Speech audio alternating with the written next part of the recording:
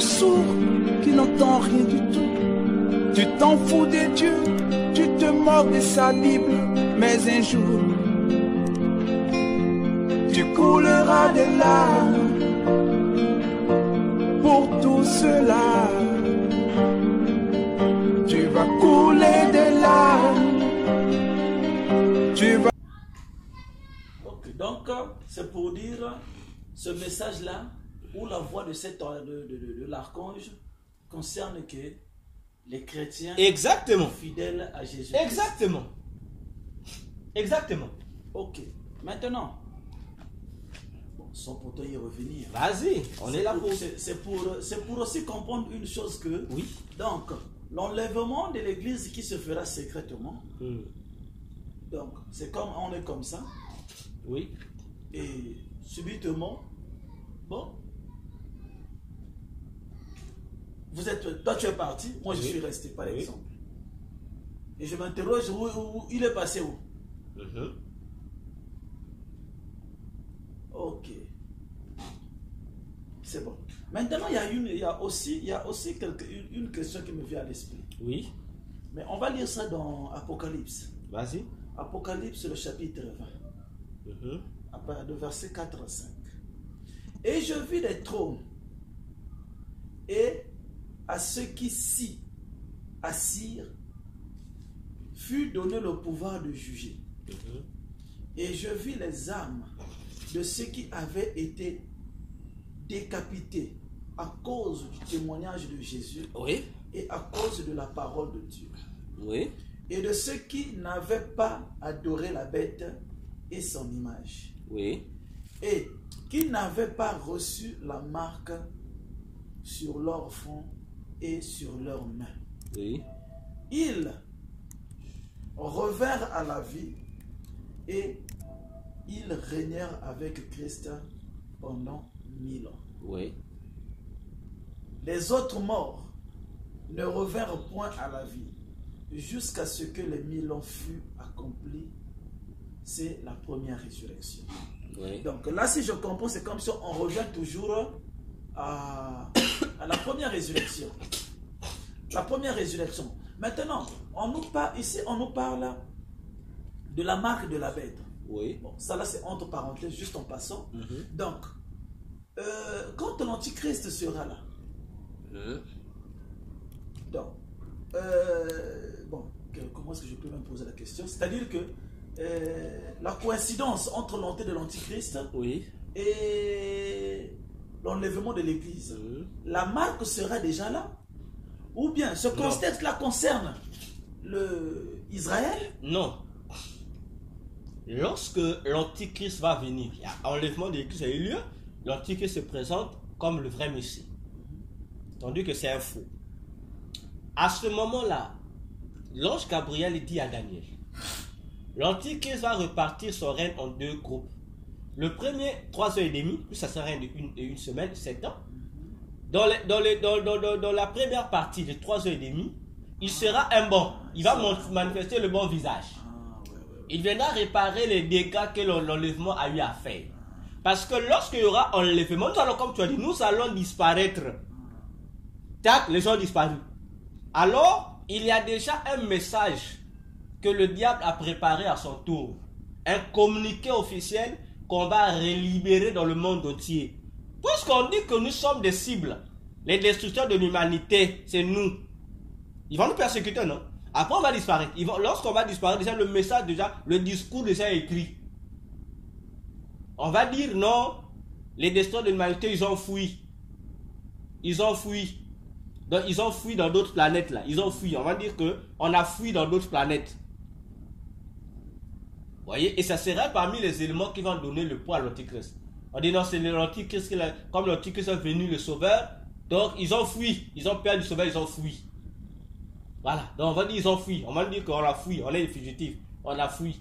Et l'Antichrist va rassurer le monde qu'il va mettre tout en place pour nous rattraper. Et c'est là où on va acclamer l'Antichrist. Il dit, je vais réparer les dégâts là. Oh, je suis le Messie. Je suis moi qui vais restaurer. C'est là où l'Antichrist va restaurer les dégâts. Et il sera un bon leader au début. Il va jouer à l'hypocrisie de tout le monde.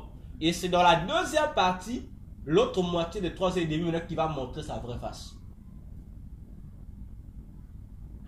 lorsque Israël va comprendre que c'était un faux. Ah, tu es le faux Messie. C'est là maintenant qu'il a, comme l'alliance sera brisée avec Israël. C'est là maintenant que la guerre sera maintenant contre Israël. L'Antichrist va maintenant retourner tous les pays contre Israël. Même les États-Unis sera contre Israël. Ah oui, aujourd'hui, il fait semblant d'être bon. Mais ce jour-là, États-Unis va se retourner contre Israël. Toutes les nations de la terre vont s'opposer à Israël parce qu'il a brisé l'alliance. Et c'est là que l'Antichrist a déclenché la grande tribulation. Ce ne sera pas l'objectif de la grande tribulation, c'est pas pour les païens en fait. Il va le déclencher, c'est pour Israël. Et contre tous ceux qui vont suivre l'idéologie d'Israël. Alors, quelle sera l'idéologie d'Israël? Reconnaître que Jésus était le vrai Messie. Et dans les nations, les païens, tout comme certains chrétiens qui sont restés là, et aussi, d'autres vont revenir sur le bon chemin. Les païens vont se repentir, d'autres chrétiens apostles vont revenir sur le chemin et dire, ah non, non, on doit suivre cette vision d'Israël. Et c'est pendant donc, les éléments de la grande tribulation, tu as là une persécution à haut niveau, c'est là où l'Antichrist va intégrer la marque de la bête. C'est à ce niveau-là. Mais dans ce que tu vois là, on dit après. Ça, c'est mon jugement, ce que tu as lu là. Donc après que tout est fini, l'Antichrist a été jeté au feu éternel, le diable et les démons sont partis aussi au feu éternel, Dieu passe au grand trône blanc. On dit, j'en vois qu'on va maintenant préparer la salle du jugement dernier, qu'on appelle la salle du trône, le trône blanc. Là, on a mis les chaises pour juger les gens. On a mis des trônes. Pourquoi des trônes? Mais parce que au jour du jugement, il y aura un gros trône blanc où le juge de toute la terre, des vivants et des morts, sera assis pour juger les gens. Parce que le jugement de Dieu aura plusieurs facettes. Dieu va juger tout le monde, mais attention. Dieu va libérer aussi les 12 tribus d'Israël, c'est-à-dire les Juifs. Ils ne seront pas jugés par Jésus. J'ai dit les Juifs. Tous les Juifs ne seront pas jugés par Jésus. Tous les Juifs seront jugés par les 12 apôtres de Jésus. C'est Jésus qui l'a dit aux apôtres. Dans Matthieu 19, versets 28 à 29, il a dit, vous serez assis sur les 12 tribus d'Israël. Vous allez juger les 12 tribus d'Israël.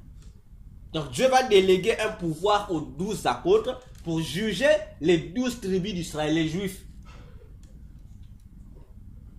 Ah, parce qu'aujourd'hui, si tu cherches les 12 tribus d'Israël, ça sonne comme s'ils ne sont plus, hein? Comme si les 12 tribus n'existent. Il ne faut pas blaguer avec la prophétie. La spiritualité, physiquement, la tribu n'existe plus. Mais spirituellement, on sait que la tribu existe. Et ils seront jugés par les 12 tribus d'Israël.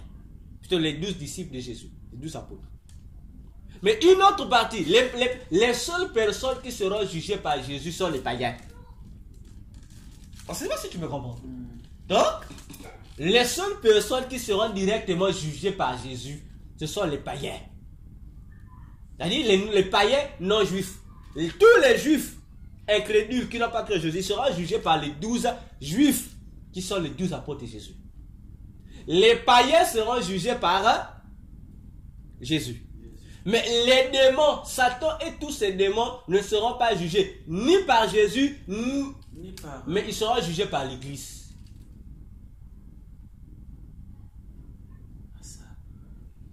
C'est beau, les choses de Dieu sont tellement belles que j'aime ça. Voilà pourquoi j'ai toujours enseigné. J'ai dit, Adam a été créé pour remplacer qui? Satan. Je l'ai toujours répété. Mais Satan, il est qui? On l'appelle le maître des démons. Et on lui a dit de père. C'est un père, non? Tous les démons sont considérés comme être le fils de Satan. Adam est appelé un père parce que c'est le père des humains. En fait, c'est le père des fils de Dieu. Hein, des humains, quoi. C'est l'ancêtre. Parce que Adam est appelé aussi fils de Dieu, comme le dit, je crois, Luc 3, verset 32, je pense, si je ne me trompe pas. Il dit qu'Adam est aussi fils de Dieu. Parce que la mission d'Adam, c'était de produire des fils de Dieu pour Dieu. Adam échoué, non? Dieu nous a envoyé un autre Adam. Qui est venu accomplir ce que le premier Adam n'a pas fait. Et l'autre Adam là, le second et le dernier, la Bible dit que c'est Jésus-Christ. La Bible dit que c'est Jésus-Christ. Et Jésus-Christ aussi a reproduit des fils de Dieu. Mais qui sont les fils de Dieu? Ce sont les chrétiens.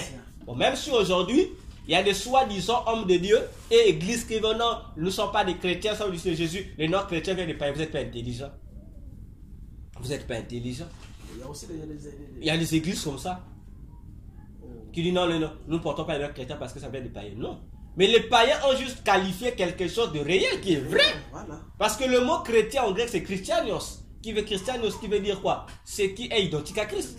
Mais nous sommes disciples de Christ par rapport à quoi? C'est ça. Parce que nous sommes identiques à Christ. Parce que nous sommes, voilà. On est semblable à lui. Toute la Bible le dit. Maintenant vous refusez ça. Même l'apôtre Pierre, les apôtres ont reconnu, ont accepté ce nom-là. Mais si c'est un péché, comment Pierre va-t-il valider? C'est tous les chrétiens de l'époque qui ont validé ça. Vraiment. Et même au ciel, on connaît qu'un disciple de Jésus c'est un chrétien. C'est un chrétien. Tout ça parce que les églises tellement ignorantes veulent toujours suivre les pasteurs qui ne connaissent rien. Vois-tu? Donc le jour de ce que je dis, tu peux lire dans 1 Corinthiens 6. On va le lire. 1 Corinthiens 6, versets 1 à 3. Lis ça. Donc, la salle du jugement sera se répartie en 3 fonctions des juges. Jésus va s'occuper des païens, des humains qui l'ont refusé. Les 12 disciples de Jésus, les 12 apôtres, vont s'occuper des juifs. Et nous, l'église, on va s'occuper des démons. 1 Corinthiens 6, versets 1 à 3. L'église, c'est nous qui allons juger Satan et les démons. En vertu du pouvoir qui nous a été donné. On va le juger. Quelqu'un de vous, lorsqu'il a un différend avec un autre, oui, ose-t-il plaider devant les injustes, devant les injustes et non devant les saints, et non devant les saints? Ne savez-vous pas que les saints jugeront le monde? Vas-y, on me l'explique. Et si c'est pour vous que le monde est jugé, êtes-vous indigne de prendre les moindres jugements? Attends, par là. On dit, les saints vont juger le monde. Le monde. Ça donne comme si les saints, l'église va juger le monde. Maintenant, précise, comment que le jugement va se passer? On dit, à cause des saints, à cause, oui, on va juger le monde. En fait, lorsqu'on dit que le monde, les saints vont juger le monde, c'est pas que les chrétiens vont juger le monde, non. C'est pour dire qu'on va, donc, le jugement des païens sera en faveur des chrétiens. Donc, à cause de nous, on va vous juger. Et ça rappelle Apocalypse 6, l'ouverture des sceaux. Lorsqu'on ouvre, je crois, le 5e sceau, sous l'autel de Dieu au ciel, j'envoie des âmes de ceux qui ont été décapités sur la terre pour la cause de l'évangile. Ceux qui ont été tués pour l'évangile. Il se dit, maître, jusqu'à quand tarderas-tu à tirer vengeance sur les habitants de la terre? On dit, attendez jusqu'à ce que le nombre de vos frères qui doivent vous être tués comme vous soit compté. Donc, on va juger le monde à cause des persécutions qu'ils nous font subir. Vois-tu aussi? Donc, mais puisque la terre appartient à qui? Aux enfants de Dieu. Ésaïe 45, oui. Les humains ont été créés pour être des enfants de Dieu. Les humains. Voilà pourquoi la dernière fois je t'ai dit, Dieu n'a pas tout créé, je te l'ai démontré. Dieu n'a pas créé le païen. Non, j'ai mal dit. Dieu n'a pas créé le pécheur. Dieu a créé l'humain. Bon, tous les pécheurs doivent être, tous les païens seront jugés à cause des vrais fils de Dieu. Parce que les païens sont comme des fils de Dieu piratés. Donc, ils seront jugés à cause de nous. Donc, aujourd'hui, les gens qui aiment persécuter les chrétiens, sachez-le que la persécution que tu fais subir le chrétien, même si c'est un démon qui t'utilise, sache-le que à cause de ce que vous nous faites faire, nous les chrétiens, nous allons vous juger. Vous serez jugés. Oh, c'est terrible, hein? Vraiment. Continue ta lecture, verset 3. Ok. Ne savez-vous pas que nous jugerons les anges? Voilà. On va les juger. Et nous jugerons... Et nous ne jugerons pas. Et nous... Ouais. Et ne nous jugerons... Et ne nous jugerons pas. Non. Et ne nous jugerions pas, à plus forte raison, les choses de cette vie. Ah. Donc ici aussi, voilà pourquoi on dit, nous avons le droit de juger les choses de cette vie. C'est pourquoi lorsque je condamne, on a le droit. C'est pourquoi dans 1 Corinthiens 2, vers le dernier verset, avant le dernier verset, Paul dit, l'homme spirituel, verset 14, l'homme spirituel juge de tout. Vois-tu? Donc, au jour du jugement, Jésus va gérer ses païens. Les 12 apôtres vont gérer Israël. Nous, l'église, on gère les démons. On dit, bon, Satan, la sentence, on va te donner là. Tu as fait ceci. Tu vois que tout tourne autour de quoi? De l'église. Tout tourne autour seulement du peuple de Dieu. On va juger les gens. Donc voilà, pas de question. Donc c'est pourquoi tu as vu en placer les trônes. Et lorsqu'on parle, puisque on parle de la première, l'Apocalypse parle de la première résurrection et de la deuxième, qui n'ont rien à voir avec la résurrection de l'enlèvement. Ça n'a rien à voir. Ça, le temps est fini, ils sont partis. Maintenant, on parle de la première résurrection lors du règne de l'Antichrist, parce qu'il y en a deux. La première résurrection, c'est les saints qui ont été tués pendant la période de la grande tribulation. Voyez, lorsque l'Antichrist sera vaincu, dans Apocalypse 19, à partir du verset 11, jusqu'à la fin, jusqu'à soit verset 21, il sera vaincu par Jésus. L'Antichrist, le faux prophète, seront jetés dans... Ce seront les premières personnes qui vont inaugurer l'enfer éternel. Le diable et les autres démons seront liés pour 1000 ans dans une prison dans la Bible. Et c'est là que commence l'inauguration du millénium, le règne de Jésus de 1000 ans, la restauration du royaume d'Israël, autrement dit du royaume de David. Et c'est là que pendant cette période que les morts en Christ qui sont morts pendant la grande tribulation, là, on va les ressusciter maintenant. Pour qu'ils puissent vivre dans le royaume, puisque l'église va revenir aussi avec Christ. Pour vivre pendant le 1000 ans. Et les morts en Christ, voilà pourquoi c'est la première résurrection.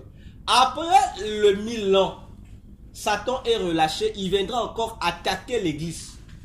C'est-à-dire attaquer Jésus. Hein? Et après, il va réunir les démons pour le combat final contre Jésus maintenant. Farah. Et c'est là qu'une fois ils seront vaincus, ils seront jetés. Tous les démons maintenant seront jetés. On va les prendre, on va les jeter dans le feu là. On va les laisser là-bas.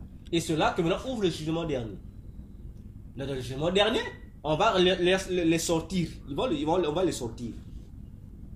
C'est là où maintenant, les païens là, qui sont morts, depuis des années là, jusqu'à... On va les ressusciter. Maintenant, c'est ce qu'on appelle la seconde résurrection, pour qu'ils soient jugés.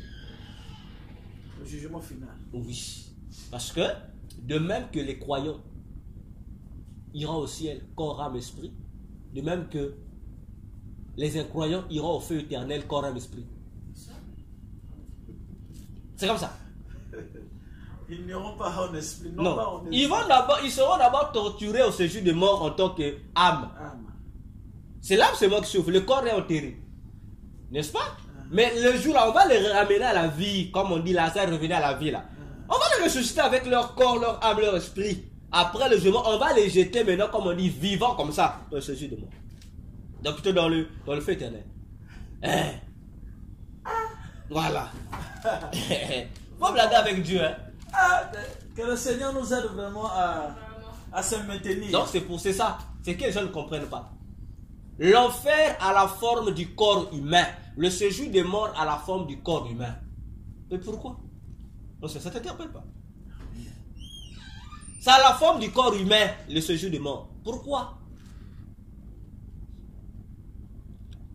Le lac de feu aussi, c'est un lac de feu. Si tu es au-dessus, tu vois, c'est un lac, c'est un trou comme ça, un lac.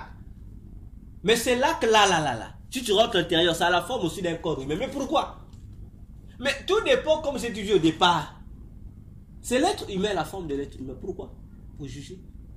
C'est pourquoi Jésus ne pouvait pas juger le monde en tant que Dieu. En tant que Père, il doit juger le monde en tant que Fils. Il doit venir avec le corps humain. Il doit être un humain et juger le monde. C'est pourquoi aussi, pour aller au ciel, il faut appartenir au corps. Il y a un corps, il faut appartenir à un corps. Alors qu'on dit, ceux qui iront au ciel appartiennent au corps de Christ. Mais le corps de Christ, c'est comment? C'est un corps humain. Vous voyez comment c'est Dieu ça se passe, hein? Donc, quand vous avez refusé le corps qui donne la vie, on va aussi vous punir dans un corps qui n'a pas la vie. Le séjour de mort et le lac de feu éternel sera jeté le jaune. Ça le forme, le tongue de feu là. Si tu vois ces paramètres, c'est un corps humain. Donc, pour dire que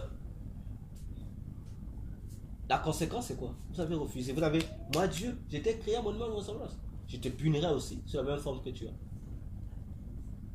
C'est comme ça. Tu peux continuer avec tes questions. Ça. Mais les livres là que j'ai écrits, j'avais dit que c'est un livre Vraiment. qui cache beaucoup de secrets. Ah oui. Hein.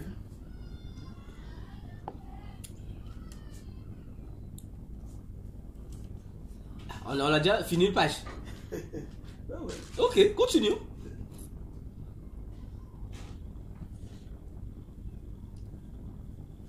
Ok.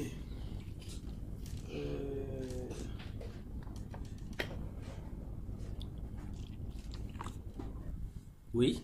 Il y a quelque part là où tu as écrit que les chrétiens, avant d'aller au ciel, ils auront un dernier ennemi à combattre. Oui. À combattre. Oui. Bon, moi, Vas-y, je t'écoute. c'est cet ennemi-là que moi je veux comprendre. Avant d'aller au ciel, Oui, il y a un dernier ennemi qu'il faut combattre. il y a un dernier ennemi. Il est toujours le dernier ennemi qu'il faut combattre. C'est la mort. Ouais, la mort. Le dernier ennemi qu'il faut combattre, c'est la mort. Lorsque je parle de la mort, je ne parle pas de la mort en tant que phénomène. Je parle de la mort en tant qu'esprit. Et je crois que tu anticipes. Dans le tome 4 de ce même livre-là, sur le tome 4, je parle des témoins. Il y a un passage, il y a un endroit où j'explique le vrai combat de l'église. Si on réfléchit bien, le vrai combat de l'église, ce n'est pas entre Jésus et Satan. Hein? Et le diable, en réalité. Si on voit bien, le combat qui oppose les chrétiens aux démons, c'est un combat qui concerne Jésus, pas avec Satan, mais avec un autre démon, qui est plus puissant que Satan. Le démon de la mort. Et j'ai déjà fait une étude sur ça avec dans notre étude sur la maison conjugale. Je l'ai démontré depuis Éden. Satan lui-même, pour venir attaquer l'homme, il lui a fallu se métamorphoser en démon de la mort pour venir combattre. Mais pourquoi il n'est pas venu attaquer en tant que roi des démons? Il a préféré prendre le titre et l'identité d'un autre démon.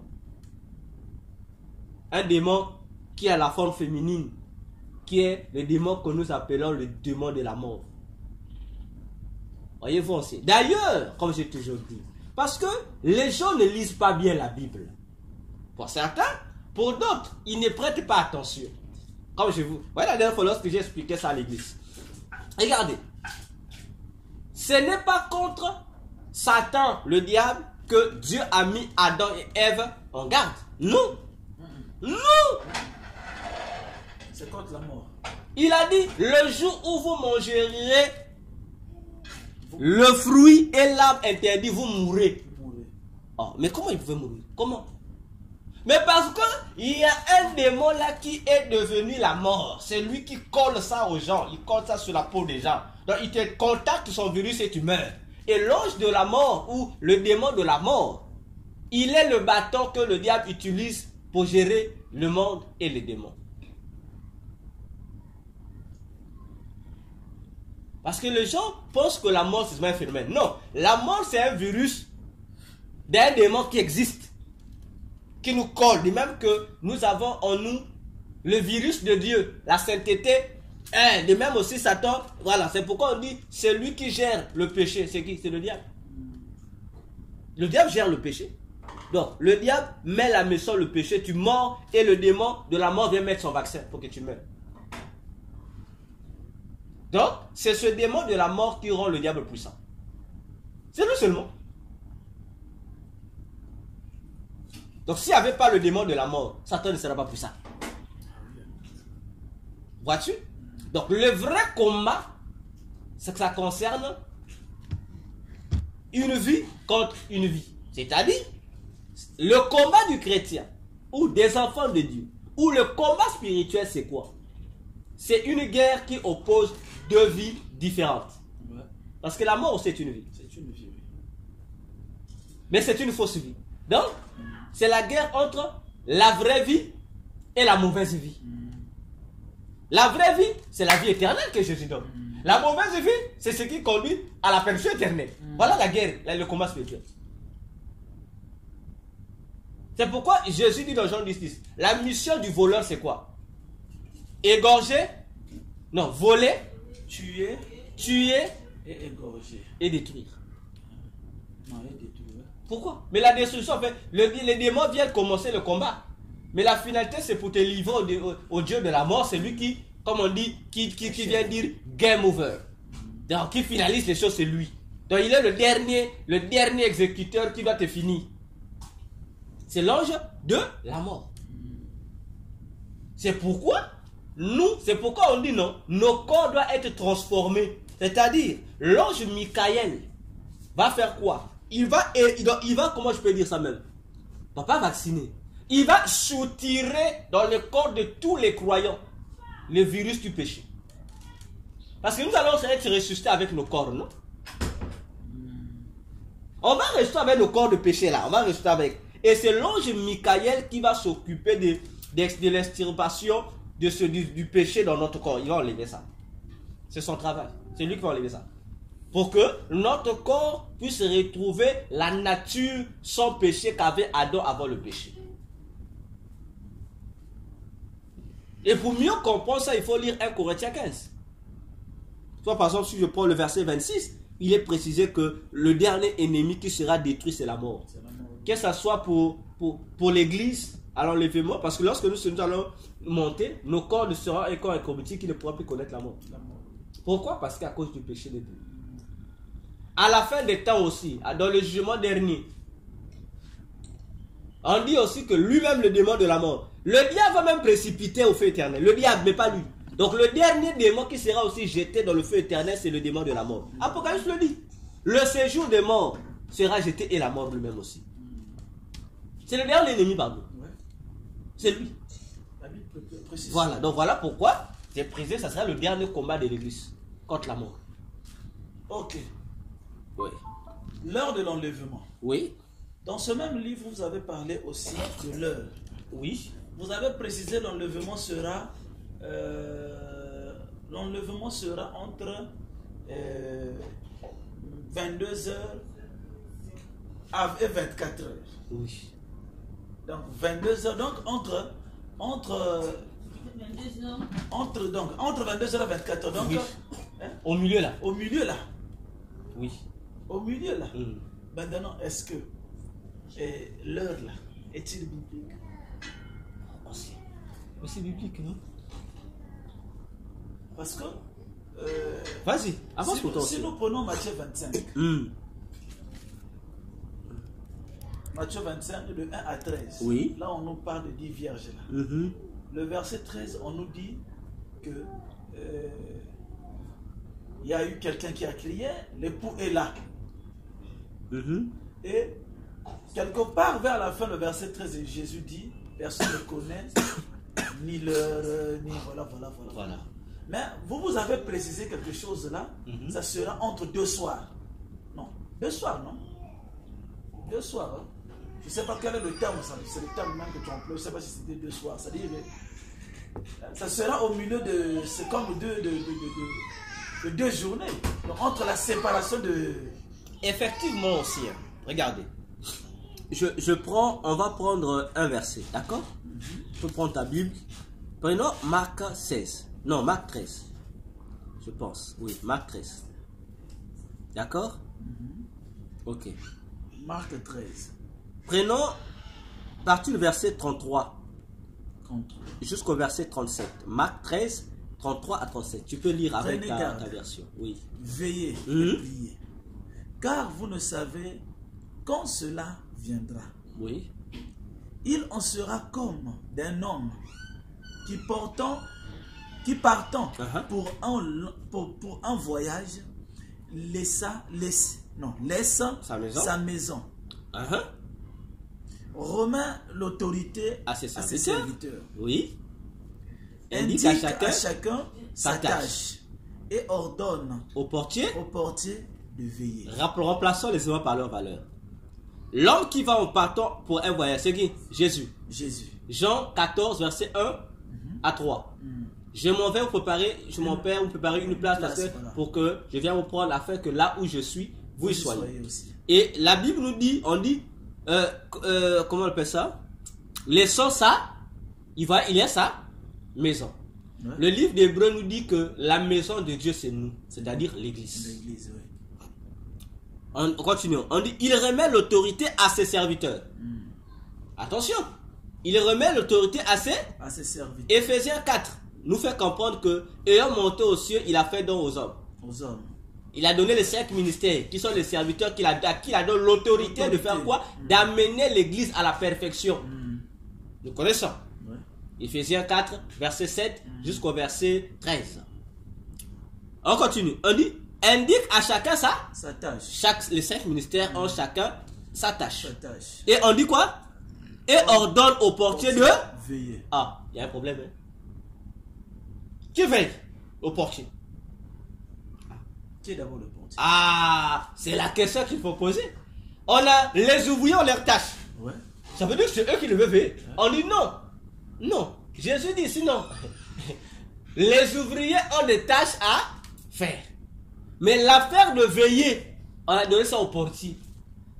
Le portier, c'est le portier qui va veiller. Mais pourquoi on n'a pas donné aux ouvriers? Il y a un souci aussi. La Bible. Il ne veut se voir. Attends. Mais il a sa maison. Il confie la maison à qui? Aux ouvriers. Mais aux ouvriers, non? Mais la porte, il ne donne pas aux ouvriers. Il donne à qui? Au portier.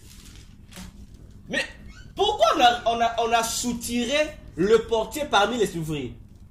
Pourquoi là, on n'a pas seulement dit non. À un autre ouvrier, il a été de la tâche de veiller. On soutire le portier parmi les ouvriers. Donc, il y a 2 catégories d'ouvriers dans la maison de Dieu. On a les 5 ministères à qui on donne l'autorité. Et à côté, il y a le Saint-Esprit. Non, appelle le portier. Le portier. Il y a le portier qui doit veiller. Il y a plusieurs ouvriers dans la même maison, mais il n'y a qu'un seul portier. Ah, on sait pas maintenant réfléchir. Ok? Non, le portier, non, c'est pas le Saint-Esprit, non, c'est pas lui. C'est pas lui, c'est pas le Saint-Esprit. Il n'est pas le portier. Non, mais alors, le portier, c'est qui? Ah, ce sont les anges des églises. C'est eux qui gèrent la porte, c'est eux. Parce que le dimanche, je passais même chez nous à l'église là-bas. Il y a eu un homme qui est venu, un prophète, un soi-disant prophète. Et le gars, là, en fait, quand il a commencé même à parler, moi je n'étais pas d'accord. Le gars dit, c'était aussi moi qu'on avait mis à la modération. Ah bon? J'étais là à la modération et il y avait ce prophète-là qui prêchait. Ouais. Et le gars dit, vous connaissez, qui connaît l'ange de l'église? Comment est-ce qu'il s'appelle? Moi je dis, ah, vraiment, moi déjà je ne le connais pas. Je sais que il y a un ange ici à l'église, mais je ne connais pas son nom. Et là où le gars a déconné, a même vraiment, ça dit que c'est parce que j'étais à la modération. Sinon, si c'était dans d'autres églises, je devais sortir et partir. Il a dit c'est le pasteur. Il dit c'est le pasteur aussi. Il faut le comprendre. Le pasteur aussi, Nestor m'avait fait un briefing, même à son témoignage. Bon, on essaie un peu de recadrer ce qu'il a dit. La vision qu'il avait eue sur le ciel, on lui a j'ai expliqué au pasteur. Non. Ce qu'il a vu, ce n'est pas un trône de... Bon, lui, il appelle ça un trône de... Il faut le comprendre. Il faut le comprendre. Mais c'est le trône qu'il a vu qui est vide, c'est le trône du jugement, le grand trône de la gloire. Parce que c'est aussi un trône lumineux. Bon, il faut le comprendre. Parce que, ancien, je l'ai toujours dit, tu peux avoir l'opportunité d'aller au ciel.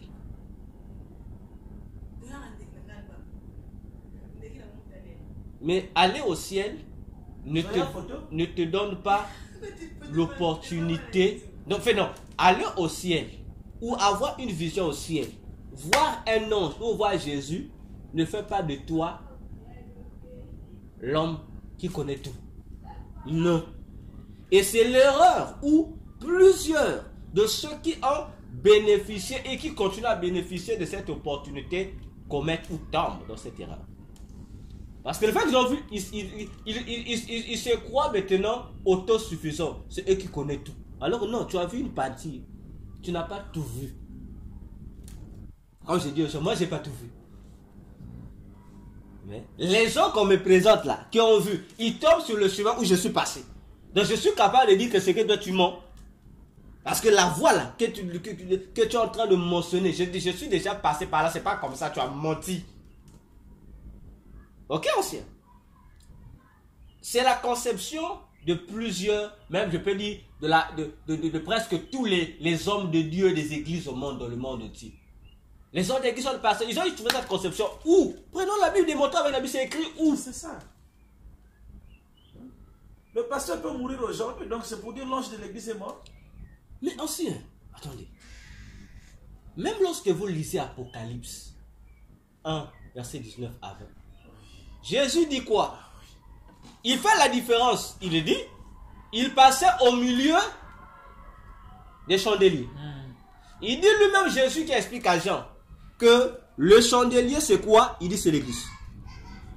Il dit, je vais t'expliquer le mystère des 7 étoiles qui est dans les mains de Jésus. Il dit, ce sont les 7 anges et ces 7 églises-là. Ok? Alors, ancien, remplaçons les éléments par leur valeur.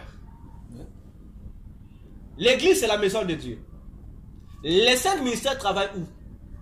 Dans l'église. N'est-ce pas? Mais le chandelier, c'est une lumière. L'étoile, c'est une lumière. Bon, on met le chandelier et l'étoile à côté du chandelier. On dit c'est lui l'ange de l'église. Quelle est sa mission? Vous voyez pourquoi on l'enlève parmi les serviteurs de la maison? On le met à côté, il est le portier. Il veille sur la porte d'entrée de l'église. Il veille pourquoi? Il surveille au fait les gens du dehors et les gens de l'intérieur. Mais les gens de l'intérieur sont les ministres de Dieu, Jean-Claude Ledon qui travaillent. Mais eux, il est le portier. Pourquoi? Mais parce que lorsque la trompette va sonner, c'est eux qui vont prendre la relève.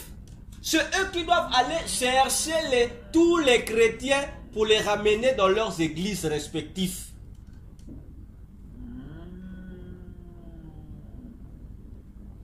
Ouais, je comprends. C'est-à-dire que c'est comme une information qui quitte le haut sommet et qui atterrit au niveau peut-être du ministre. Le ministre donne à ses directeurs départementaux. Les directeurs départementaux aussi donnent à leur chef, je sais pas de quoi. Voilà, donc jusqu'au chef de quartier, chef de bloc. Exactement. Donc il y a chef de zone. Chacun a sa responsabilité. Wow. C'est pourquoi on a parlé des serviteurs, mais d'un portier. D'un portier, oui. Parce que tous les anges des églises ont un seul nom. On les appelle fidèles. Ils sont plusieurs, autant d'églises, autant d'autres d'églises, mais tous les anges n'ont qu'un seul nom. Donc aux yeux de Dieu, ils s'appellent fidèles. Et le fait que eux tous puissent avoir un même nom, ça nous rappelle, ça veut dire que Dieu les considère comme une seule personne. Ils ont un même nom, fidèles. Pourquoi fidèles? Fidèles par rapport à quoi? Fidèles par rapport à la mission qu'ils ont reçue de l'église. Parce que je l'ai dit, les anges de l'église ont foulé la terre. C'est à la Pentecôte seulement. Depuis qu'ils ont été créés, cette catégorie que Dieu a rassemblée pour former les anges des églises. Depuis que le monde a été créé, leur première fois de toucher la terre, de descendre dans le monde, c'est à la Pentecôte. Donc ils ont été créés ou formés spécialement que pour gérer l'église de Dieu. Donc ils ont des missions qui vont au-delà. C'est pour la question des portiers. Le pasteur prêche, le visionnaire peut prêcher. Oui, mais c'est eux qui rendent. C'est pourquoi aussi, avant que Jésus ne donne l'ordre au 7e ange qui doit sonner la 7e trompette, avant, les derniers témoins qui doivent venir se présenter devant Jésus sont les anges des églises. Ce n'est pas les pasteurs. Dans cette salle dont je te parle. Donc Jésus va convoquer tous les anges des églises. Ils vont atterrir dans cette salle. Ils viennent prêter serment sur le livre qui est devant, plutôt sur, je ne sais pas si c'est un livre ou quoi, le document qui est devant Jésus. Là. Ils vont prêter serment.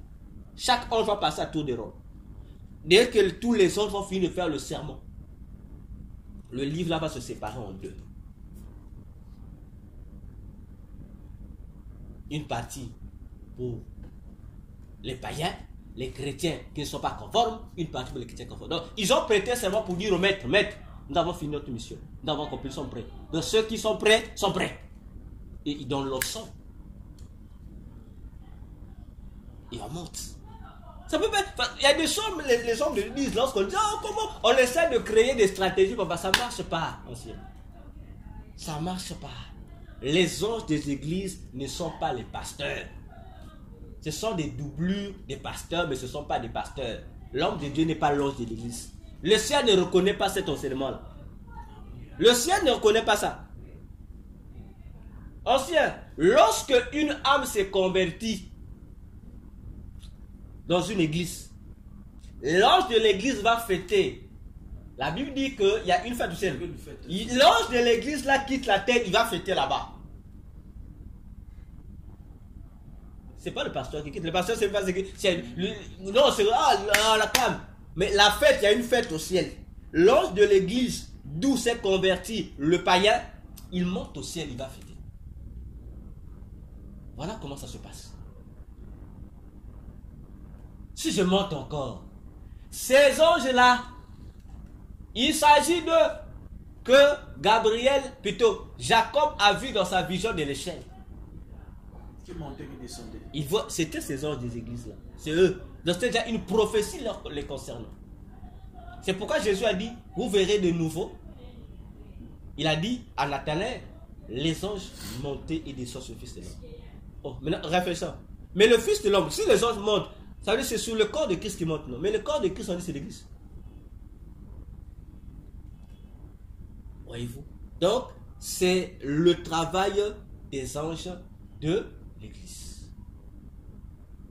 À moins qu'on n'a pas répondu à la question qui était posée. Oh, okay. On parle du portier. Donc, c'est eux qui gèrent, qui mettent ces choses-là, le portier. Puis, non, on n'a pas finalement la question. Puis, on parlait du temps. On parlait du temps. Le portier, c'est eux qui veillent. Maintenant, Jésus dit ceci. Continue le verset 34. Non, verset 35. Le verset 35. Veillez donc. Voilà. Veillez donc. Car vous ne savez quand viendra le maître de la maison. Attends. Le corps évoque le temps. Le temps, oui. Ok? Oui. Maintenant, on va décrire. Jésus découpe le temps. Vas-y. Il dit ou le soir, ou au milieu de la nuit, ou au chant du coq, ou le matin. Continue. Craignez qu'il ne vous trouve endormi à son arrivée soudaine. Ce que je vous dis, je le dis à tous. Veillez. Bon, je vais revenir sur le verset 35. Le verset est créé pour que tu sois endormi à son arrivée soudaine. Si tu repars de 1 Thessaloniciens 5, Paul répète ça, non? Dit l'avènement, Jésus vient comme un volet, ça sera soudain. Mais il dit, mais chez vous, ça ne sera pas soudain. Ça ne sera pas l'improviste. Ça sera l'improviste pour le monde entier, mais pas pour vous. C'est pourquoi il dit, ceux qui dorment la nuit. Jésus a peut-être, il dit, on va dormir. Mais Paul dit, ceux qui dorment la nuit. Mais vous n'êtes pas des ténèbres pour dormir, vous êtes du jour, vous êtes de la lumière. Ça va pas, il dit, ça ne va pas nous supporter. Donc, ce que Jésus a dit, c'est vrai. Après, il dit à tous. Mais les croyants eux-mêmes savent que ça ne va pas les étonner. Parce qu'eux, ils sont exceptés, donc ils sont retirés de la majorité. Ok? Maintenant, Jésus dit le temps. Il dit quand? Le maître peut revenir quand? 1, le soir. 2, au milieu de la nuit. 3, au chant du coq. 4, le matin. Il évoque 4 temps. Bien. J'ai dit, il faut faire attention avec la Bible. La Bible, il ne faut pas la comprendre avec ton calendrier, je ne sais pas quoi là. Il faut comprendre la Bible d'abord avec le calendrier hébraïque. Les temps que Jésus évoque ici, il s'agit des 4 veilles de la nuit dans la culture juive. La première veille, c'est le soir. La deuxième veille, c'est au milieu de la nuit. Troisième veille, c'est au chant du coq. Et quatrième veille, c'est le matin. Ok? Et chacune de ces veilles de la nuit, chez les Juifs, sont composées de 3 heures. 3 heures ou 4 heures. On va comprendre ça. La première veille, le soir, ça commence de 18h jusqu'à 21h. Ça fait combien d'heures? 18h 18h à 21h. Ça nous fait combien d'heures? à 21h, ça nous fait De 18h à 19h, 1h. 19h, 20h. 2h. 20h, 21h. Voilà, 3 heures du temps. Donc, chaque veille est composée de 3 heures, 3 heures, 3 heures.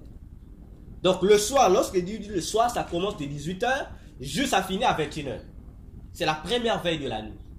La deuxième veille de la nuit commence de 21h jusqu'à, il faut compter 3 heures du temps. Donc, 21h à 22h, 1h. 22h à 23h, 1h. 2h. 2h, oui. De 23h à minuit, Ça fait 3 heures. c'est l'espace de ce temps. C'est la deuxième veille. Qui est, on l'appelle encore, les Juifs baptisent ça le milieu de la nuit. Troisième veille commence de minuit à 1h. 1h, de 1h à 2h. 2h, de 2h à 3h. Juste 3 heures. Donc, troisième veille, le chant du coq, c'est entre minuit et 3 heures. Les Juifs appellent ça le chant du coq. Donc, lorsque le coq a chanté là, c'était entre 1h, disons, et 3 heures du matin. Et la 4h veille commence de 3 heures du matin à 4 heures, de 4 heures à 5 heures et de 5 heures à 6 heures. C'est comme ça. Là, Jésus donne, il dit, le maître pourrait arriver dans ces 4 veilles. Ok, on sait. Dans ces 4 veilles. On dit, ah, ici, oui, Jésus n'a pas précisé, mais on va trouver la précision. On sait, on va trouver la, Jésus va lui donner la précision. C'est lui qui parle, non? Ici, il nous laisse perplexes. Comme ça répète aussi Matthieu 25, je crois, le verset 36 ou 35. 36 à 37. Où il a dit la même chose. C'est la même parole qui revient, non? Personne ne connaît l'heure, tout ça. Mais il commence maintenant, il parle, non? Mais il commence à donner les détails. Pourtant, au départ, il vous dit que personne ne connaît. Mais dans les détails, il va vous montrer que vous pouvez connaître. Il nous donne les 4 veilles de la nuit. Donc déjà, ça nous dit que Jésus, parce que les temps qu'il évoque, ce sont les veilles de la nuit. Donc, il nous dit, il avait dit là-bas, surtout on monte au verset 32, il dit, pour ce qui est du jour ou de l'heure, personne ne le sait. Ni les anges dans le ciel, ni le Fils, mais le Père seul. Dans Matthieu, il a dit, personne ne connaît le jour, l'heure et le mois. Maintenant, ici, lorsque Jésus te dit, le maître pourra revenir, il donne les veilles de la nuit. Là, je te pose, il ne répond pas à l'énigme qu'il a donné là-bas. Si. Donc, il t'informe déjà que le maître là qui reviendra, si le maître c'est Jésus, il reviendra, ça sera le jour, ça sera quoi? Dans l'heure, ça sera quoi? La nuit.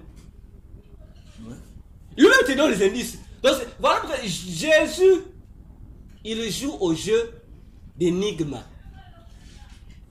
Donc, lui-même, il te donne, il dit, on va faire les énigmes. Donc, il te donne une énigme. C'est comme on dit chez nous, les devinettes. Jésus joue aux devinettes. Il dit, il y a une chose qui est comme ceci. C'est quoi? Il sait que vous n'avez pas la réponse. Mais il vous pousse à réfléchir. Maintenant, il vous laisse. C'est pourquoi Deutéronome 29 dit quoi aussi? Les choses cachées appartiennent à l'Éternel. Mais celles qui sont révélées nous appartiennent. Ah, aussi, il faut lire ce verset-là. On se lit d'abord Proverbe 25, verset 2. Lis d'abord ce verset-là aussi. Il y a encore quelque chose de merveilleux qu'on va comprendre dans ce texte de Proverbe-là. Parce que je ne sais pas, l'église, les chrétiens, nous lisons quelle Bible? Vraiment. Proverbe 25. Proverbe 25. Oui.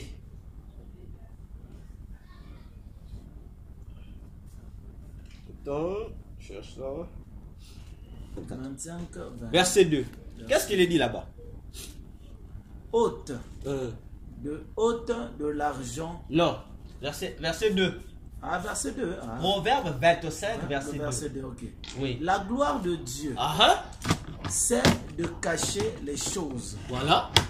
La gloire des rois, c'est de sonder les choses. Ah, on sait moi, c'est moi qui ai dit ça. Qu'est-ce qui fait la gloire de Dieu? Lorsqu'il cache les choses, non? Mais la gloire des rois, c'est quoi? Découvrir les choses cachées par Dieu. Donc, Dieu et ses enfants, ils jouent aux devinettes. Dieu donne une devinette, c'est un message caché. Mais lui, il veut que tu découvres. Mais les rois ici, c'est qui? Le roi ici, mais ce sont les ministres, non? Les enfants de Dieu. Les enfants de Dieu. Les premiers rois de la terre étaient Adam et Ève. Les fils de Dieu sont les rois. Donc, notre joie en nous, on dit c'est la gloire. Dieu dit que c'est une gloire pour nous. C'est une gloire pour nous de découvrir les choses cachées. Dieu, ce qui fait sa gloire, c'est d'être mystérieux. Mais ce qui fait notre gloire là, c'est que nous serons capables de détecter le mystérieux de Dieu. C'est pourquoi on a cité ici 1 Corinthiens chapitre 2. On a cité ici Jean 16 verset 13. Jésus a dit aux apôtres dans les évangiles, nous connaissons. Il a dit aux apôtres, mais pourquoi tu parles en parabole? Il dit, pourquoi tu parles en parabole lorsqu'on est dans la foule? Il dit, mais parce que vous, mes disciples, il vous a été donné l'opportunité, le privilège, l'intelligence de comprendre les choses d'en haut. Et Jésus va même plus loin, il dit, ce que vous écoutez aujourd'hui, les révélations que vous avez aujourd'hui, mais plusieurs personnes d'autrefois, plusieurs sages, savants, prophètes ont voulu l'entendre. Vous êtes heureux. Et il va encore plus loin ancien. Il va faire la prière dans Matthieu 11. Père, je te loue parce que tu as caché ces choses-là aux grands, mais tu les as révélées aux enfants. Mais qui sont les enfants? Si on va encore plus loin quelque part dans les évangiles, il appelle enfants ses disciples. Ah, mais si nous qui sommes les enfants de Dieu, nous sommes heureux parce qu'il a caché ça aux grands. Daniel a voulu comprendre. On a dit, ce qu'on t'a fait comprendre, ça suffit. Oh mais Dieu, je veux la profondeur. Non, c'est pas pour toi.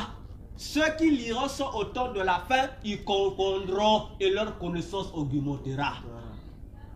Moïse a voulu comprendre. La Pierre dit, les prophètes ont fait des investigations pour chercher à comprendre le temps où ces choses. La Bible dit qu'on leur a dit, ce n'était pas pour vous. Et ils ont seulement salué ça de loin.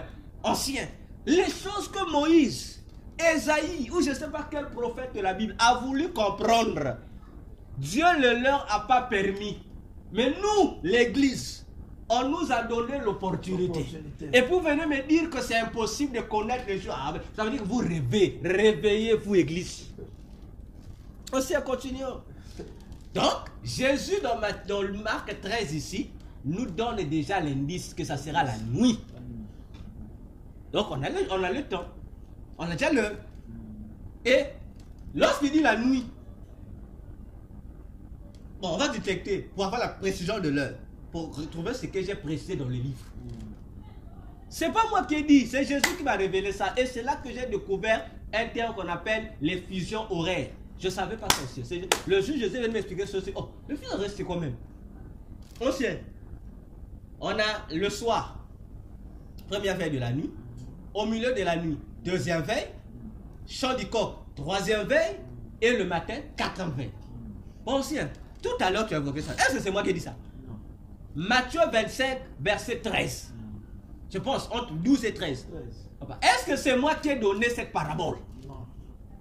Ah, on sait pas, c'est pas. Est-ce que c'est moi? C'est pas la même personne qui a parlé ici dans Matthieu 13. Mais qu'est-ce que Jésus a dit là-bas? Il revient quand? C'est lorsqu'on dit au milieu de la nuit, l'on cria, voici l'époux. Ancien. C'était le soir? Non, au milieu de la nuit. C'était au chant du coq? Non, non. C'était le matin. On dit c'était au milieu de la nuit. Or, le milieu de la nuit est appelé deuxième veille. Et chez les Juifs, on surnomme ça la veille du milieu. Moi, je n'ai rien inventé. Alors, ce quelqu'un me dit, non, on ne peut pas connaître, ça veut dire que je dis à la personne, tu es en retard. Tu es en retard, sois en avance, tu es en retard. Le Saint-Esprit est devant, toi tu es resté derrière. Avance, rejoins le Saint-Esprit.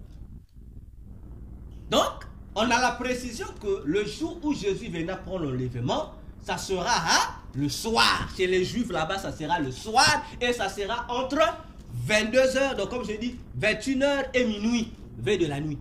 La deuxième, au milieu là. Et on avait la précision, moi je parlais entre par rapport au milieu de la nuit, la deuxième veille. Mais nous savons que ça ne va pas arriver à 1h du matin, ça va finir au milieu de la nuit. C'est bon, c'est la même Bible, non? Si vous ne savez pas jouer aux devinettes, venez, on a une école où on forme les devinettes. Les gens mettent les devinettes. Et qu'ils viennent. L'inscription est gratuite, je vais les apprendre. Oh, si. C'est pas fini. C'est pas fini aussi. Parce que moi, Jésus m'a dit qu'il y a 2 personnes dans la Bible à qui il a révélé ça. Ah, ça. Première personne, je laisse me c'est la première personne. Et puis je m'arrête là. Il reste sinon qu'à lire le livre. Je prends une personne. Après, ensuite, tu me diras si c'est pas la même chose, si c'est pas la même chose que j'ai écrit là-bas. Ensuite, prends ta Bible. Il faut prendre la Bible. Parce que les chrétiens, oh, c'est écrit où dans la Bible? On va citer la Bible.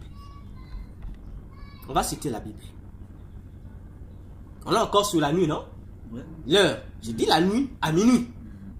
Ancien, prenez le premier témoin. Toi-même, tu vas donner son nom. Que Jésus m'a donné son 2. Romains 13. Romains 13. Verset 11. Verset 11. On prend jusqu'au verset 12. Bon, les autres peuvent lire jusqu'au verset 14. Je prends seulement Romains 13, verset 11 jusqu'au verset 12. On se lit. Cela importe. D'autant plus que vous savez en quel temps nous sommes. Ancien, là-bas Jésus a dit, vous savez pas quand. Ça veut dire c'est la même phrase, c'est Paul refait. Mais ils vont dire ici quoi, on doit savoir à quel temps nous sommes. Ok. Mais là-bas on avait dit que vous ne connaissez pas le temps. Mais Paul dit, vous devez savoir à quel temps nous sommes. Continue. C'est l'heure de vous réveiller enfin du sommeil. Jésus avait dit dans Marc 13 quoi? Il ne faut pas que le maître, vous devez veiller pour que le maître ne vous trouve pas endormi. Mais Paul leur dit, c'est l'heure de veiller. Donc c'est l'heure du retour du maître. Bien, oui. Continue. Car maintenant le salut est plus près de nous que lorsque nous avons parce que le maître revient. Voilà. Maintenant, la sous-verset est comme 12, hein? 12. Qu'est-ce qu'il dit? Il précise. La nuit est avancée. Non, ancien. Je sais pas, on l'a dit là-bas le soir. Hein? Non, là c'est la nuit. On l'a dit le matin. Non. Son du coq. Hein? La nuit. On dit la nuit. Hein? Continue. Il précise. La quelle nuit est avancée. Ancien, ne soyons pas bêtes. Tout le monde le sait, dans toutes les tribus au monde, dans toutes les langues. Lorsqu'on dit la nuit est avancée, on ne parle pas du soir. On ne parle pas de n'importe quelle nuit. Ancien, il va proprement préciser. Quelle est cette nuit dans cette île? La nuit avancée. La nuit avancée. Continue. Il y a une précision là-bas. Ok. Le jour approche. Ah, ancien, quelle est cette nuit avancée qui sépare la nuit et le jour? Quelle est cette nuit? Quand nous disons ça la vérité aujourd'hui, quelle est cette nuit? C'est le deuxième verre. Non, dans la précision de l'heure, quand dans la montre là. Ok, donc prenons. Dans la montre, quelle est l'heure qui sépare la nuit avancée et le jour? 21h à minuit. Non, tu n'as pas bien parlé. Quelle est l'heure dans l'horloge, dans la montre, qui sépare la nuit et la journée? Quelle est l'heure? Et le matin, quelle est cette heure? Mais c'est minuit, non? Exactement, c'est minuit. Voilà pourquoi ça s'appelle milieu de la nuit. C'est pourquoi les Juifs ont baptisé ça la veille du milieu. C'est pourquoi encore on appelle ça comment? 0 heure. C'est pourquoi dans vos montres, lorsque il est minuit, pourtant nous sommes encore dans la journée n'est pas finie, mais déjà l'heure change. Le calendrier change, vous rentrez dans l'autre jour. Dans l'autre jour, oui. Attention, minuit est la seule heure qui mélange 2 journées. Donc ça contient le jour vient de finir et ça contient le jour qui va commencer. Minuit. Mais avant que nous rentrions, on dit là-bas, qu'on arrive là-bas le matin au milieu de la nuit, on enlève.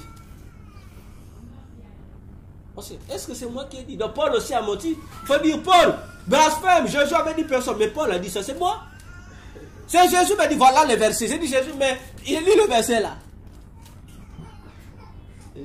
Le jour où j'ai été convoqué à la radio Tégra ici, où j'ai dit ça à la radio, les gens m'ont appelé de partout. Ah, tu es un blasphémateur. Ah, vraiment, on avait confiance en toi. Tu nous as dessus, c'est le blasphème. Jésus a dit ceci. Mais j'ai gardé mes versets. Mais le jour où lorsque je suis venu faire une deuxième séance de l'émission, il fallait d'abord que... Qui m'a pas écrit sur mon compte Facebook, WhatsApp? Ah, docteur, tu as dit si Dieu, tu as dit, ah, docteur, vraiment, Qui m'a pas traité le déjà un groupe là, le groupe dirigé par il y a une sœur en Christ là qu'on appelle Emerbi. Bon, ceux qui sont Emerbi.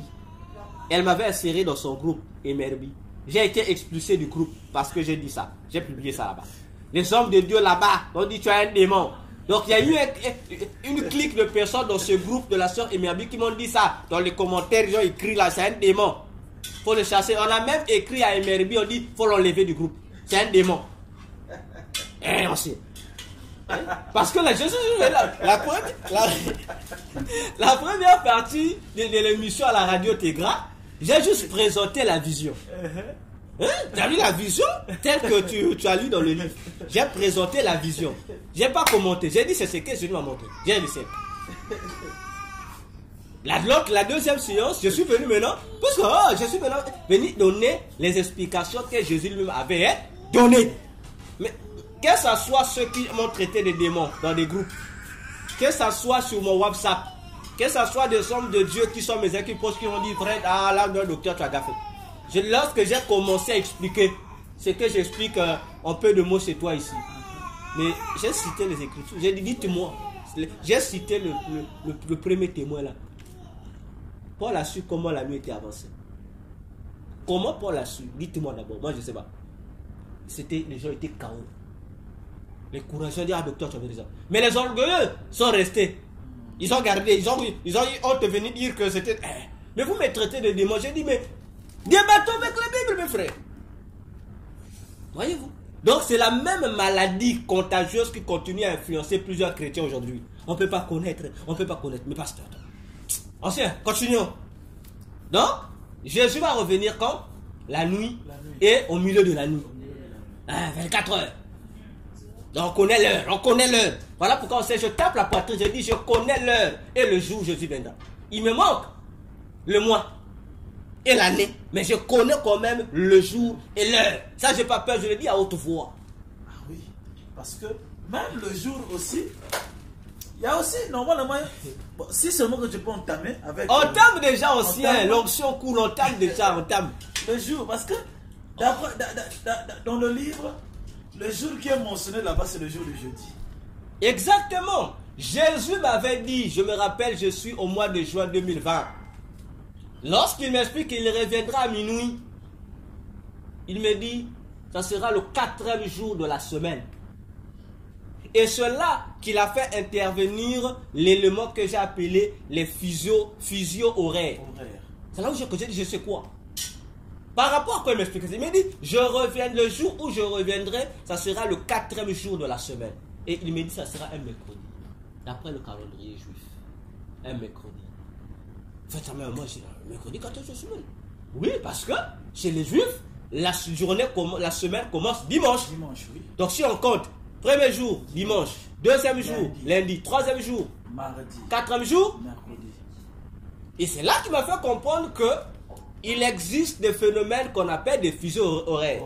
Donc, pendant que chez nous, nous sommes en mercredi, chez les autres, c'est-à-dire si chez nous, nous sommes le matin, mercredi, dans d'autres contrées du monde, ils sont encore dans la nuit de l'autre jour, du jour là. Donc, pendant que nous, on va terminer la journée, et leur 4e jour va commencer. C'est là où j'ai compris ça. Imaginez-vous, en 2020, j'ai compris ce phénomène de fuseaux horaires. Imaginez-vous aussi. Je suis écrivain. Mais Jésus m'a appris. Oh, j'ai dit fusion, je ne comprenais pas ça. J'ai dit, je voyais ça souvent, parfois sur Internet, parfois sur les... fusion, c'est quoi, je ne comprenais pas. Mais je m'a expliqué le phénomène. Et non seulement qu'il m'a expliqué ça, ancien, il m'a donné un verset dans la Bible. Là où on parle de fusion. Oh, ancien, Jésus est bon. J'ai toujours dit, la Bible a tout dit, mais la Bible n'a pas tout dit. Ancien, prends la Bible. Ah, ancien, prends la Bible. Ah, prends la Bible. Ancien, prends la Bible. Prends la Bible. C'est bon? Tu as la Bible, non? Oui. D'accord. Ancien, Luc 17. Luc 17. C'est bon. Soit déjà la page ancienne. C'est bon? Prends le verset, commence par le verset 31. Le verset 31. Jusqu'au verset 37. Mais on commence par 31. Ok. Non, commence par le verset 30 pour qu'on comprenne. Il s'agit de quoi? Il en sera de même le jour où le Fils de l'homme paraîtra. Donc on parle de retour de Jésus. Ok, maintenant tu peux passer au verset 31. En ce jour-là, que celui qui sera sur le toit. Laisse, sorte. Prends le verset 34 jusqu'au verset 36. Je vous le dis. Ok. En cette nuit-là. Oh, ancien.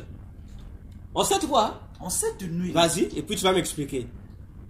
De deux personnes qui sera dans un même lit. L'une sera prise. L'autre, et l'autre. c'est la nuit, non? C'est Les la gens nuit. sont en train de dormir. Oui. Le même jour, hein? On dit c'est la nuit. Deux personnes dorment. Une sera prise, l'autre laissée. Continue, ancien. Là, on dit c'est la nuit. Maintenant, continue. Ok. De deux femmes qui moudront ensemble. L'une sera prise et l'autre. Mais laissée. moudre ici, on ne moudre pas la nuit. Non, ça c'est le jour de maintenant. Il y a un problème. Le même jour, on nous fait comprendre l'ambivalence. Les autres vont dormir, ce sera la nuit. La nuit, Mais chez les autres, ça sera le matin. ça sera le matin. Parce que Jésus a dit, je crois dans Jean 9, il faut que je travaille la journée parce que la nuit vient où personne ne peut travailler. Mais ici, on dit deux femmes sont en train de mouser, ils sont en train de travailler. C'est pas la nuit, c'est la journée. C'est la journée, oui. Ancien, continue. Oh, continue. De deux hommes qui seront dans un champ, l'un sera pris et l'autre laissé. Ancien, depuis quand on fait les chants la nuit? Non, ça c'est. Bon, maintenant, Ça, c'est ancien, la journée. vous qui me traitez de démons. Maintenant, je te remets le verset là. Maintenant, explique-moi ça. Comment? Les uns dorment la nuit. On dit c'est la nuit, mais ici c'est la journée. Mais c'est le même jour. Donc, la seule journée, mais il a deux facettes. Si chez les Hébreux, ça sera mercredi. Chez les non-Hébreux, ça sera jeudi. Mais le 4e jour de la semaine. Parce que chez les non-Hébreux, le 4e jour de la semaine, c'est quand? Le jeudi. Alors, c'est ce que tu comprends bien. Je comprends. Ah, aussi. Maintenant, vous me traitez de démons, alors que ce que je dis est prouvé dans la Bible.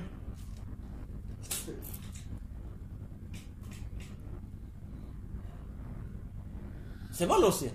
Donc, on sait que Jésus reviendra le 4e jour de la semaine.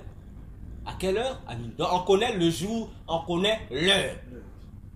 Il ne manque que le mois et l'année. Et j'ai toujours dit, s'il faut que je me fâche, Jésus reviendra au mois de septembre. Je dis, l'enlèvement de l'église aura lieu au mois de septembre. Je dis encore, et je vais encore très loin pour énerver les gens qui me traitent de démons. Le jour où il reviendra aussi pour Israël, Apocalypse 1:8, tout le verra, ça sera aussi au mois de septembre. Il y a une preuve dans la Bible. Mois de septembre. L'année où Jésus reviendra prendre l'église et apparaître aussi à Israël, ça sera une année qui doit comporter le chiffre 7. Je pèse mes mots. Je ne connais pas l'année. L'année, le chiffre 7, ça va, hein? J'ai dit, le mois, ça sera le mois de septembre. Chez les Juifs, d'après le calendrier juif, hein, ça sera le mois de Tishré. Chez nous, ça va correspondre au mois de Tishré, chez nous, c'est au mois de septembre. Ok? Mais l'année, c'est une année qui va comporter le chiffre 7 à la fin. Je dis bien à la fin. 2005, 2006. Donc lorsque chaque fois qu'on arrive à une année où il y a le chiffre 7, j'ai dit au monde entier de faire attention. Hein? Donc lorsque vous arrivez au mois de septembre d'une année qui comporte le chiffre 7, il faut faire attention. Et ancien, le jour où nous serons enlevés au ciel, je vais redire, j'ai dit ancien, ce jour-là, qu'est-ce que je t'avais dit? On a enlevé, on a quel mois sur la terre, on a quelle année?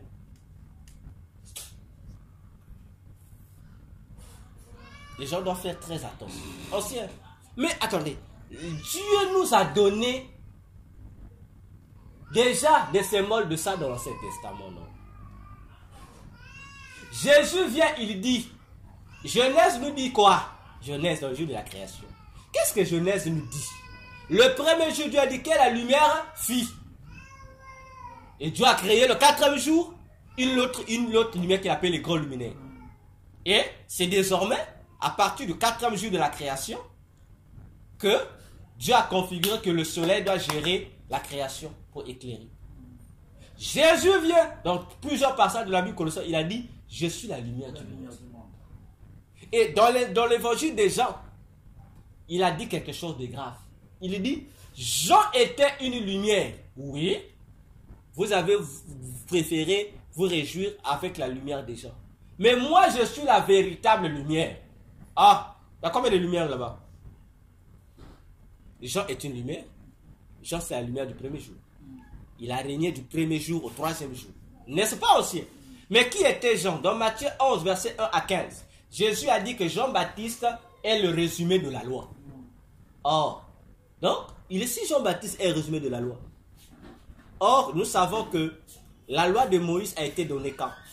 Lorsque nous parlons de l'Ancien Testament, autrement dit la loi qu'on appelle la loi ou l'Ancien Testament, nous savons que si la lumière du premier jour a régné pendant 3 jours, ancien, donc l'Ancien Testament doit être représenté par le chiffre 3.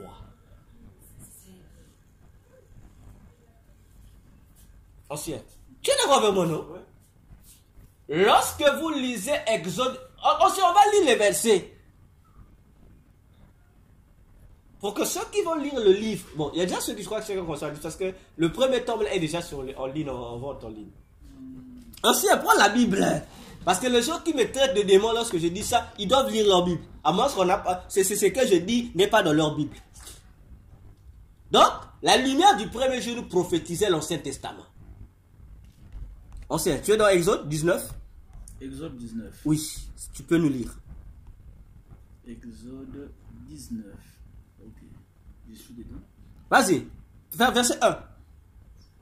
Le verset 1. Mm. Le 3e jour, le 3e mois, après leur sortie du pays d'Égypte, les enfants d'Israël arrivèrent ce jour-là au désert de Sinaï. C'était quand? Quel chiffre qui est là-bas? 3. Ok. C'est en ce 3e mois, que après leur sortie, que Dieu va donner ce qu'on appelle la loi de Moïse. Ancien, c'est combien mois? 3e mois. Bien, prends le verset 10 du même jusqu'au verset 11. Oui, écoute encore, c'est pas fini. On dit au 3e mois, ils arrivent à la montagne de Sinaï, dans le désert. Et ils sont devant la montagne de Sinaï, où Moïse va recevoir ce qu'on appelle la loi. La loi.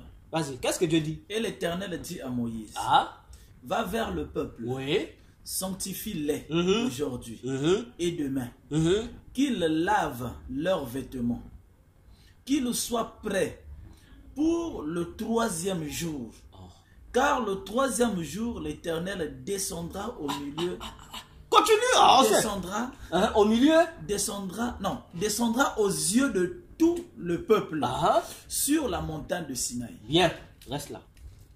3e mois et un certain 3e jour. Où Dieu va faire descendre la loi. Donc Dieu codifiait déjà la loi, l'Ancien Testament, dans le chiffre 3. C'est une lumière qui doit guider le peuple avant la venue du Messie. Jean-Baptiste, comme il est le représentant de la loi, mais il doit être la lumière du premier jour. C'est la lumière du premier jour qui a régné le premier jour, 2e jour, 3e jour. N'est-ce pas? Et dans Luc 24, verset 44 au verset 47, Jésus ramène la pensée juive.